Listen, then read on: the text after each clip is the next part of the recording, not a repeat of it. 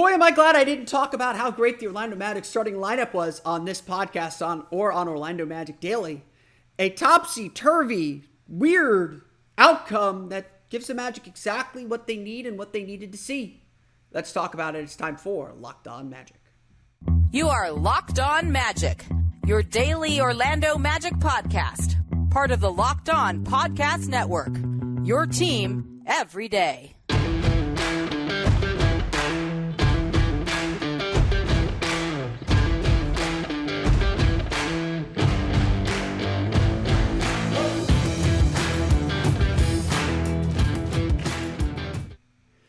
And you are indeed Locked On Magic. Today is January 21st, 2023. My name is Philip Rossman-Reich. I'm the expert and site editor over at OrlandoMagicDaily.com. Of course, follow me on Twitter at PhilipRR_OMD.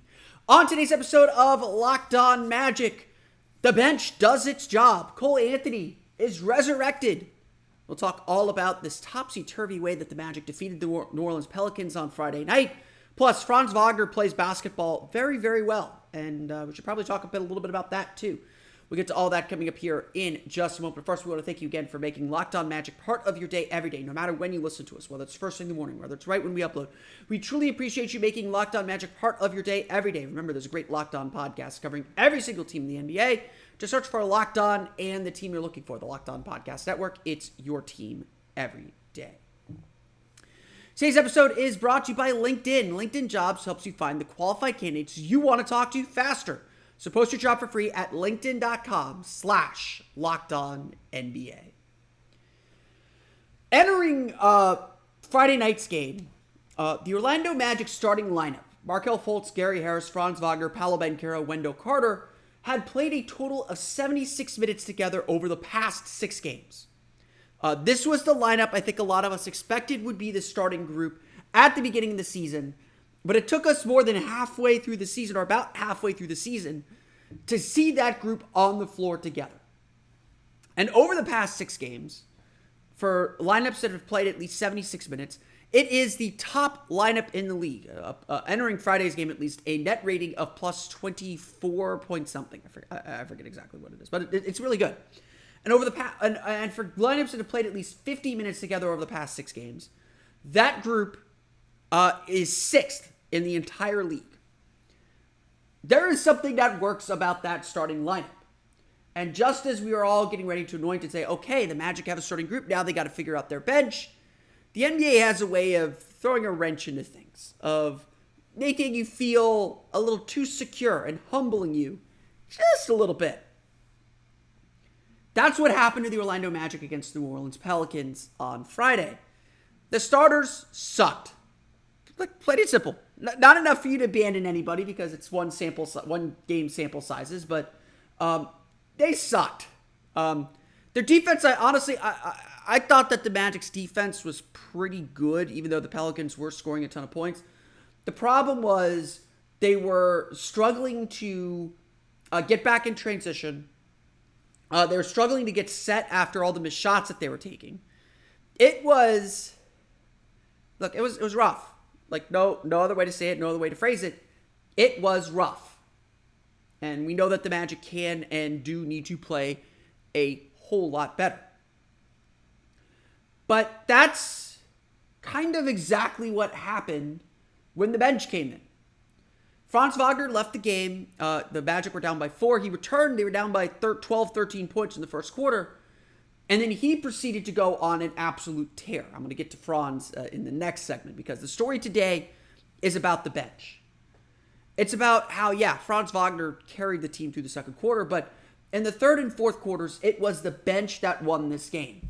The same bench that struggled, scoring about 30 points per game during the West Coast road trip, shooting about 30% from 3, just really, really struggling. The Magic couldn't rely on their bench at all during the road trip. It's amazing how they come back home, and suddenly this is the group that's driving the team. In a somewhat controversial decision, I didn't think it was that controversial, but in a somewhat controversial decision, the Magic opted to finish the game with their bench group. The Magic finished the game. The Magic did not play Wendell Carter or Paolo Banchero or Markelle Fultz the entire fourth quarter. Some of that's certainly a case of that of worrying about the back-to-back tonight as the Magic take on the Washington Wizards tonight at 7 o'clock. But part of that was certainly worrying. Part of that was certainly a fact that the Magic were playing really, really well. They were moving the ball. They were defending well, holding New Orleans to 19 points in the fourth quarter. And they were taking and expanding that lead. This is a group that put its foot down and did the job. And Jamal Mosley rewarded that effort, rewarded that by sticking with them, by stretching them as far as they could go. And guess what? They made it to the finish line. How did the Magic do this? Well, we got the return of highlight reel Bol, doing the wild step-throughs and floaters and jumpers that he does and dunks that he always does, that the way he contorts and twists his body in the air. I forget who it was, someone on Twitter, and I know I quote tweeted it, noted that I can dunk like that on a mini hoop, and I was just like, I think I get it now. Actually, the regular basket's a mini hoop to Bol. That's the kind of moves that he was doing, and again, Bol, it almost sometimes feels like a sideshow, and I hate that for him because he's actually a very skilled basketball player. But at the Amway Center, when Bol does something, you can feel the energy change. It's not just from the bench, it's from the crowd. Like, home Bol is a real thing that energizes and changes this team. But the real catalyst was a guy that we've talked about all week as someone that has to step up, that has to make a big presence the rest of the season for this team to figure out which direction it needs to go and what it needs to do. And that was Cole Anthony. Cole Anthony has been struggling with a shot for the last month, it feels like, and has really struggled to get his team into the offense. And again, we know some of his defensive shortcomings as well, though I think he tries really hard on defense. I don't think his shortcomings are for lack of effort. But Anthony did exactly what this team is always going to need Anthony to do. He attacked the basket. He got to the foul line. He took 8 free throws in this game. He put pressure on the defense, and he didn't settle. That, to me, is the big thing, honestly. That he didn't settle. That the Magic didn't settle, because that's what put them in the hole in the first half. The Magic weren't getting in the paint. They weren't getting the foul line. I noted 7.5 minutes into the game, the Magic did not have a single free throw attempt. They took 21 in the second half alone in this game. I will continue to say this as many times as I can. When the Magic are struggling, it's because they're not getting to the foul line. It's a whole mindset thing. And this bench group had the mindset to go out and win this game. Sure, they found a rhythm. They got into a flow. And that's as important as anything else, because success, I know people don't believe I know there's a lot of people that don't believe in the hot hand theory, but there is something to confidence builds on itself. There's something to, you get stops, you get easy baskets. You get easy baskets, you make shots. It's easier to get stops because you can get your defense set. There is that natural flow to the game. And so I don't think you can wholly or completely ignore that. But the Magic put themselves in a great spot to not only win this game, but to be the aggressors at the end. They held on. They stayed within striking distance. They stayed to the grind. I mean, I think that's one thing we got to give this team a ton of credit for, is they could go down, but they're going to keep grinding, and they're going to keep kind of churning and trying to fight their way back into games. And a good chunk of it they do, because once they find that aggression, once they find that little pocket, they're able to really press that advantage. And I do think that is a really impressive thing about this team and about this squad. The Magic made some serious and important gains. And I think they did some really fantastic things to put themselves in the best position to win. This was really a fantastic game, I have to say. It was encouraging to see the bench play with this energy and to see them get rewarded for that energy to finish the game. With about 3 minutes left, I think Orlando's up by 7. They went to a timeout, and, they got the free timeout, and I was like, oh, they're going to bring the starters back in here. But Mosley stuck with the bench, and they expanded the lead out to 15 and closed the game to win 123-110. This is the kind of synergy the Magic need. each unit has to lift each other up. When one player's not playing well, the others have to step in and help out. But to see Cole Anthony have this kind of a game, to see the team really build this way, is important and good. And this honestly was just a really, really, really nice win. Of course, as much as the bench starred, the Magic have an all-star of their own. We got to talk a little bit about Franz Wagner and the way he changed the game. We'll get to that coming up here in just a moment.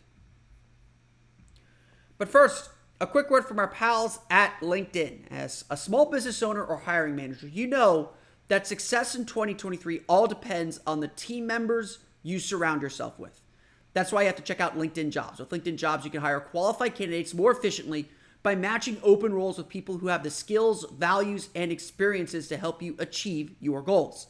LinkedIn Jobs helps you quickly attract qualified candidates to your open jobs with targeting tools. They go beyond resume data by using insights from your job post, company, and their 875 million member profiles. I don't know if there's an M there. I think that's million. To put your post in front of the most qualified candidates. Identify the most qualified candidates on LinkedIn Jobs and connect with them fast and for free. LinkedIn Jobs makes it easy to screen and rate applicants based on your job qualifications, all on one platform. It's why small businesses rate LinkedIn Jobs number one in delivering quality hires versus leading competitors. LinkedIn Jobs helps you find the qualified candidates you want to talk to faster. So post your job for free at linkedin.com/LockedOnNBA. That's linkedin.com/LockedOnNBA. That's with two N's, Locked On NBA. To post your job for free. Terms and conditions apply. There's no escaping this. We've got to talk about Franz Wagner. We got to give that man all the flowers, all the love, all the appreciation. We got to give that man everything we can give him because this dude is just so good. For lack of a better way to phrase it. Just so good. And honestly, as good as the bench was in this game, the bench is not in the position to succeed. This team is not in the position to succeed without the effort that Franz Wagner put into this game. And I know there's a lot of hype over Paolo Banchero, and look, Paolo did some incredible things in this game despite the meager scoring line. Franz Wagner the dude is just solid in every way. And I think it's worth stepping back and thinking about a little bit more and really making sure we give Franz all the flowers that he deserves to, because he scored 30 points in this game, scored 21 in the first half, 13 in the second quarter alone. Those 13 second quarter points kept the Magic alive. They were dead in the water. They were down by 12, 14 points. They were dead. They couldn't get into paint. They couldn't get to the foul line. They were struggling to track the Pelicans in transition. They were, decent defensively, but flawed just enough. And again, missing shots kills everything. And so they were stuck in this kind of up and down game. And then Franz Wagner checks in late in the first quarter, hits a three, gets a big dunk. I honestly think that dunk at about the 8-minute mark of the second quarter was probably the big momentum changing play for this team, because it just showed hey, Franz is going to get to the basket anytime he wants, especially with Jonas Valanciunas out there out of the game. The Magic just climbed on Franz Wagner's shoulders, and he carried them back into the game. Magic actually took the lead a little bit in the second quarter, although New Orleans was able to extend it back out. And that was kind of when you knew it was okay, the Magic are going to be fine. They just need to find someone that can give some help to Wagner, because essentially as the bench was building and extending the lead, it was Franz Wagner playing point. It was him directing the offense and initiating the offense and getting that initial action in. And even though his scoring slowed down, he scored only 9 points in the second half. Even though his scoring slowed down, his impact never really did. But it's still just the way Franz is scoring. The dude is able to weave his way to the basket at any time that he wants. Seriously, any time that he wants. I want him to develop a little pull-up and mid-range game, because I think making him a 3-level scorer, which he is more than capable of doing. is going to turn him into an elite offensive weapon. But he gets to the basket and is able to finish at the rim any way he wants. And some of these twisting, wild finishes, I have every faith he's going to figure out how to make those more often than not, too. The things that he experiments with are crazy advanced stuff, especially for a second-year player. Like, second-year players aren't supposed to do this. And then you add in that he is a steady and reliable three-point shooter, able even to hit step backs and off the dribble. I mean, look, the Magic have two potential all-stars. I know I've been joking. We've all been joking about it, but Franz Wagner is a future all-star. No matter how loaded the East front court is, this dude is going to make an all-star game. When the Magic are in the playoff chase, him and Paolo are going to be all-stars.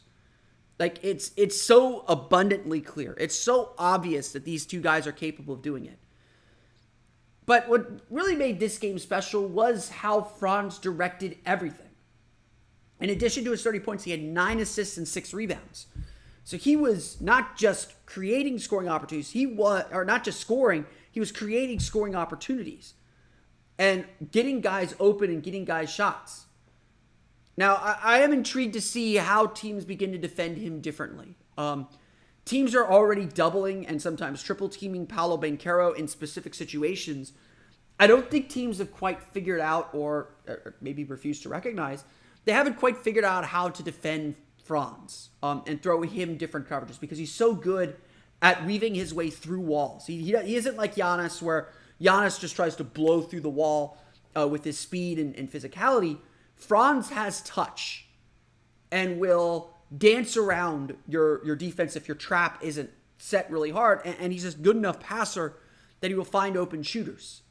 He will still make mistakes. He's a second-year player. But this guy is doing... I mean, I sit here all the time and tell you, like, look, Paolo is doing things that rookies are not supposed to do. He is playing basketball at a level far more advanced than what you would expect from a rookie forward, or from a rookie at all. Franz Wagner is doing things, is scoring, is seeing the game, making passes, making plays at a level that is far advanced for a second-year player. Like, you expect second-year players to make a big leap, and Franz Wagner, who was very good last year, has made a big leap, so big that a lot of people think he might be the best player in that he currently might be the best player in that 2021 draft. Certainly Evan Mobley has something to say about that too, but he's in the argument, and that 2021 draft was very, very good. Franz is just doing things at a super high level. And the Magic would have been dead in the water without him. And to me, that's kind of what a superstar is. Franz Wagner had a superstar game. And it wasn't because of his scoring numbers. It was because when this team needed a lift, when this team needed someone to create energy, to just keep them afloat, Franz Wagner not only did that, but like single-handedly dragged the Magic back into the game. Single-handedly brought their energy up with him. That is superstar stuff. Plain and simple. That is superstar stuff. And guess what? Franz Wagner is a superstar. We're going to go through the final box score for you real fast. Talk a little bit about the performances in this game. We'll get to that coming up here in just a moment. But first, a quick word for our pals at Built Bar. Looking for a delicious treat but don't want all the fat and calories? Then you got to try a Built Bar. We just got through the holidays. I know my goal is to eat a little bit healthier, although that bag of Skittles is not helping. If you're like me, where you want to eat healthier but don't want to compromise taste, then you've got to try Built. With Built, healthy is actually tasty. These bars are so delicious you will think they're not good for you, but they are. They're perfect for that New Year's resolution, which we're all keeping to 21 days in, right? What makes Built bars so good? Well, for starters, they're covered in 1% real chocolate, so you do get that chocolate fix that you really, really want. And they come in unbelievable flavors like churro, peanut butter brownie, and coconut almond. I'm not sure how Built does it, but these bars taste like a candy bar while maintaining amazing macros.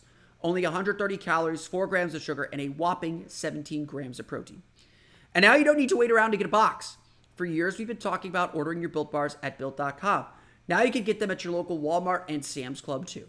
That's right, head to your nearest Walmart today to walk to the pharmacy section and grab yourself a box of Built bars. You can pick up a 4-bar box of cookies and cream, double chocolate, or coconut puffs, Or if you're close to Sam's Club, run in and grab a 13-bar box with hit flavors, brownie batter, and churro. You can thank me later. Check it out today at Built.com or at your local Walmart or Sam's Club today. All right, as we do after every game, let's go through the final box scores. The Orlando Magic defeat the New Orleans Pelicans 123-110 in front of the 9th sellout crowd of the season at the Amway Center. A really good crowd, really, really energetic crowd. This game was weird for a number of reasons. So let's start with what made this game weird statistically.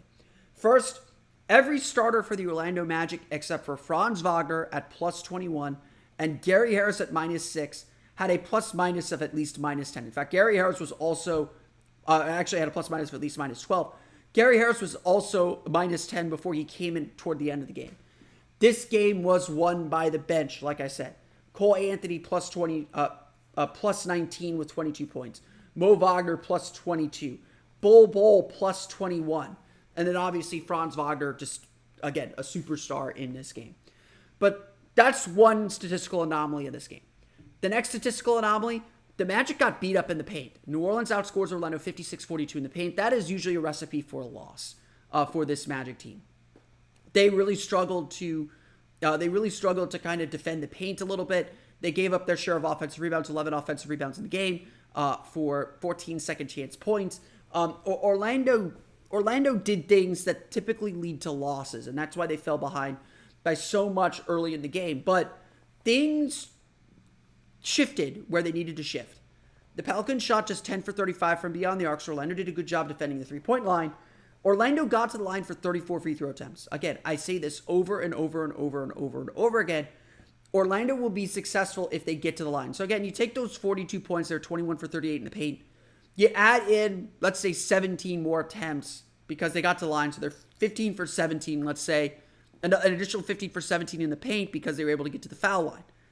That starts to look at like about 72 points between points in the paint and free throws. That's really good. That's really the stat that matters because it shows the aggression the Magic are playing with. When they get to the line, they get to the paint, they win basketball games. Plain and simple. The three-point shooting was a bonus and was key to get the Magic back in the game. Orlando shot 15 for 30 from beyond the arc. Gary Harris was 4 for 6 from 3, all four of those coming in a big third quarter. Franz Wagner 5 for 7 for the game. Just a lot of weird elements, a lot of things that the Magic won't typically do to win basketball games. They won this game in a shootout, but at the end of the day, it was their defense that won it.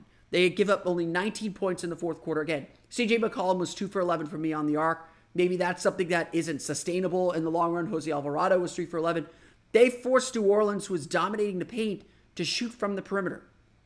And that's a real credit to the way the Magic's defense was playing, even if it wasn't always effective and getting the results they wanted.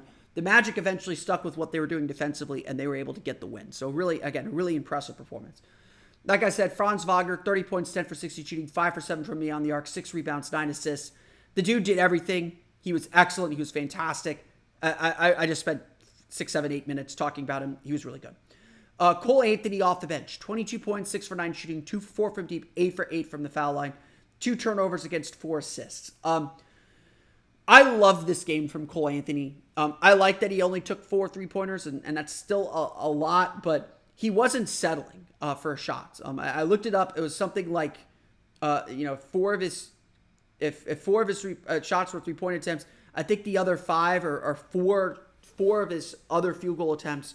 So he had 4 three-pointers. 4 of his other field goal attempts were in the paint, were in the restricted area.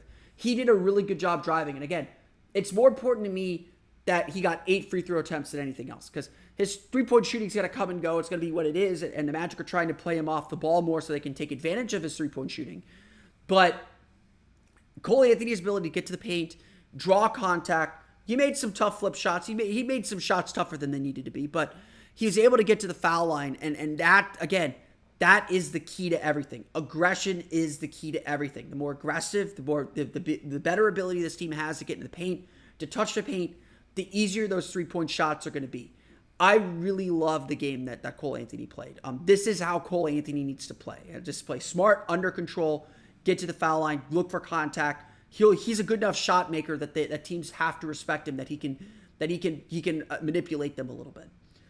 Bull also an excellent game. 12 points, 5 for 7 shooting. Couple of highlight plays that deserve a ton of mention. The guy, especially at home, he lifts the energy of this team. I know there's a lot of criticism of Bull, and look, I'm not one to shy away from that either.